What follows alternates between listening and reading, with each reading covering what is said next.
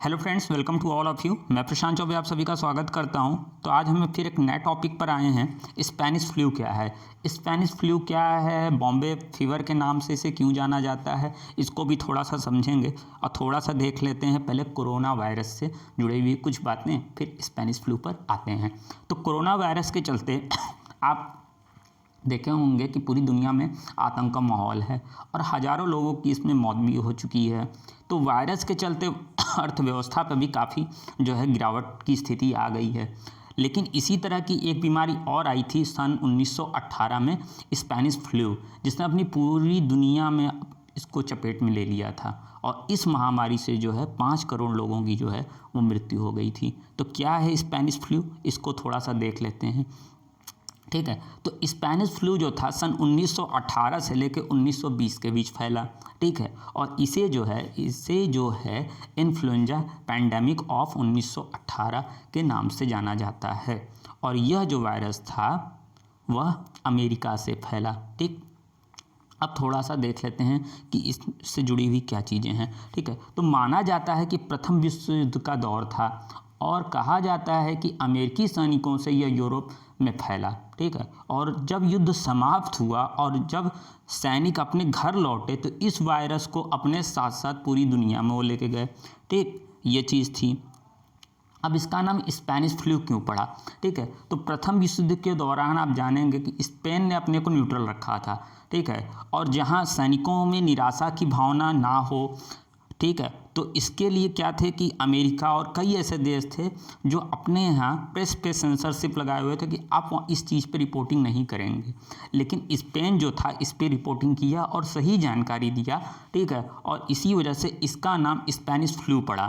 ठीक, और पूरी दुनिया में उस समय जो थी लॉकडाउन की स्थिति पैदा हो गई थी। ठीक है, और डॉक्टरों द्वारा इसे उस समय होलोकॉस्ट की संज्ञा दी गई थी। ठीक है, ये चीज़ थी और इससे 50 करोड़ लोग संक्रमित हुए थे उस समय, और जिसमें से 10% लोगों की मृत्यु हो गई थी, यानी 5 करोड़ लोगों की मृत्यु हो गई थी। ठीक है, अब इसका नाम बॉम्बे फीवर क्यों पड़ा?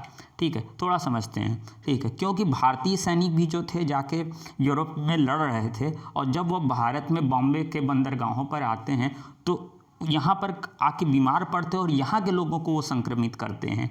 इस वजह से इसका नाम बॉम्बे फीवर भी पड़ा। ठीक है, और भारत में इसके वजह से 1 से 2 करोड़ लोगों की जान चली गई थी।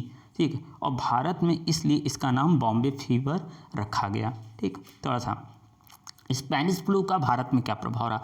तो भारत में भले ही यह ना उपजा हो, स्पेन यूरोपीय कंट्रियों से होता हुआ भारत आता है, लेकिन भारत ही इसका केंद्र बिंदु बन गया और भारत में यह जो था वह 2 चरणों में प्रभावित हुआ। पहला चरण सीमित था, दूसरा चरण जो था वह काफ़ी खतरनाक स्तर पर सामने आया। ठीक है, काफ़ी सारे लोगों की इसमें मृत्यु हुई। अब प्रथम विश्व युद्ध के दौरान स्वदेश लौटने वाले सैनिकों के माध्यम से ये भारत में आता है।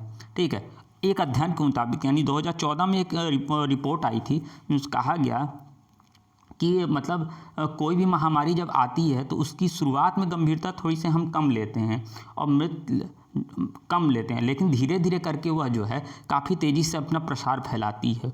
इस महामारी में भी वही चीज़ हुई। पूर्वी भाग में इसका जो था प्रभाव कम रहा और पश्चिमी जो भारत था वहाँ पर यह बड़ी तेज़ी से प्रसारित हुआ। ठीक, अब थोड़ा सा देख लेते हैं कि कैसे समाप्त हुआ। तो सरकार के प्रयासों और अनौपचारिक जो संचार का उस समय माध्यम था उसके वजह से उसमें सही समय पे कुछ लोगों को जानकारी हुई, कुछ क्षेत्रों में जानकारी मिली। ठीक है, जहाँ से लोगों ने अपने आप इस चीज़ के लिए व्यवस्था शुरू की। दूसरी चीज़, कलकत्ता पहुंचने से पहले ही लोगों ने विभिन्न निवारक उपाय शुरू कर दिए। ठीक है, इस वजह से जो पूर्वी क्षेत्र था वहाँ पर कम फैला और बॉम्बे मद्रास के जो क्षेत्र थे वहाँ पर ये चीज़ें ज़्यादा हुई। ठीक है, इसे क्योंकि मुंबई बंदरगाहों पे सैनिक उतरे, मद्रास के बंदरगाहों पे उतरे। ठीक, ये चीज़ थी। अब वायरस जो था एक व्यक्ति से दूसरे व्यक्ति में फैला, लेकिन धीरे धीरे करके उसकी क्षमता में कमी आई और धीरे धीरे ही करके यह वायरस जो था वो समाप्त हो गया। और कहा जाता है कि गर्म मौसम में स्पेनिश फ्लू का प्रभाव जो था वो सीमित था। ठीक, चलिए मान लेते हैं। अब विश्व स्वास्थ्य संगठन के द्वारा एक रिपोर्ट आई, उसमें कहा गया है कि विश्व स्वास्थ्य संगठन ने कहा है कि जिस प्रकार कोविड-19 महामारी घोषित किया गया, उसी प्रकार जो है यह भी एक महामारी थी और इसको नज़रअंदाज नहीं किया जा सकता, यानी कोविड-19 को भी नज़रअंदाज नहीं किया जा सकता है। ठीक, दूसरी चीज़ थी कि स्पेनिश फ्लू पर हुए अध्ययन हमें यह बताते हैं कि एक स्थान से दूसरे स्थान तक बीमारी फैलने में काफ़ी कम समय लगता है और जिसे रोकने में जो है बहुत कम समय मिलता है, क्योंकि अब जो यातायात के माध्यम इतने अच्छे हैं कि हम आसानी से एक दूसरे जगह पर जा सकते हैं और बीमारी फैलने की जो है आशंका बहुत तेज़ी से होती है। और कहा जाए कि हमें इस पर निवारण कैसे पाना चाहिए, तो उसके लिए हमें एक उचित अच्छे आपातकालीन प्रबंध की भी आवश्यकता होती है जो इस चीज़ों से हमें निजात दे सके। तो उम्मीद करते हैं आपको ये चीज़ें अच्छी लगी होंगी, जो है स्पेनिश फ्लू क्या है, बॉम्बे फीवर क्या है। तो अभी के लिए धन्यवाद, नमस्कार, मिलते हैं फिर एक नए टॉपिक के साथ।